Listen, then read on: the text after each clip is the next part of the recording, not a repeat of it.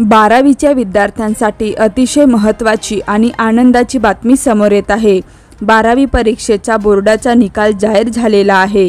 यामध्ये आता काही मुलांना कमी मार्क मिळाले आहेत, तर काही मुलांना परीक्षेत हा पैसा आलेला आहे। तर तुम्हाला काळजी करायची गरज नाही।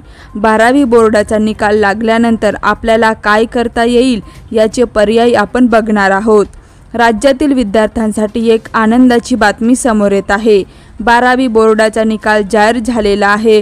जवळपास 91.28% हा निकाल लागलेला आहे।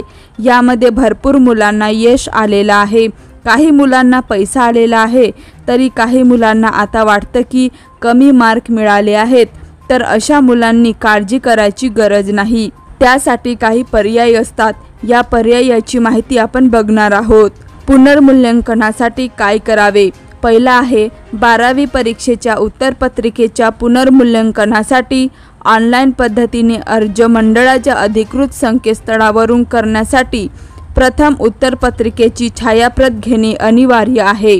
दुसरा आहे छायाप्रत मिळाल्याच्या दिवसापासून कार्यालयीन कामाच्या 5 दिवसात पुनर्मूल्यांकनाच्या कार्यपद्धतीचा अवलंब करून दिलेल्या नमुन्यात शुल्क भरून संबंधित विभागीय मंडळाकडे विद्यार्थ्यांनी ऑनलाईन अर्ज करणे आवश्यक आहे।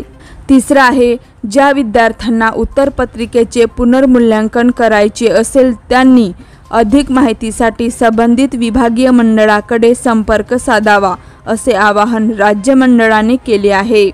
12वीच्या परीक्षेत उत्तीर्ण होणाऱ्या विद्यार्थ्यांसाठी लगतच्या 3 संधी जून-जुलै 2025, फेब्रुवारी-मार्च 2026 व जून-जुलै 2026 श्रेणी गुण सुधार योजनेअंतर्गत उपलब्ध राहतील।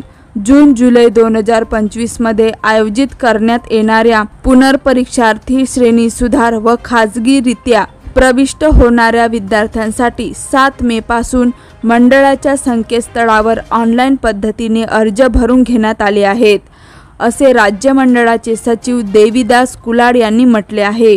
अशा प्रकारे आपण बघितलं की 12वी बोर्डाचा निकाल जाहीर झालेला आहे। यामध्ये आपल्याला काय काय पर्याय असतात याची माहिती आपण बघितली आहे। तर यावर तुमचं काय मत आहे कमेंटमध्ये नक्की कळवा।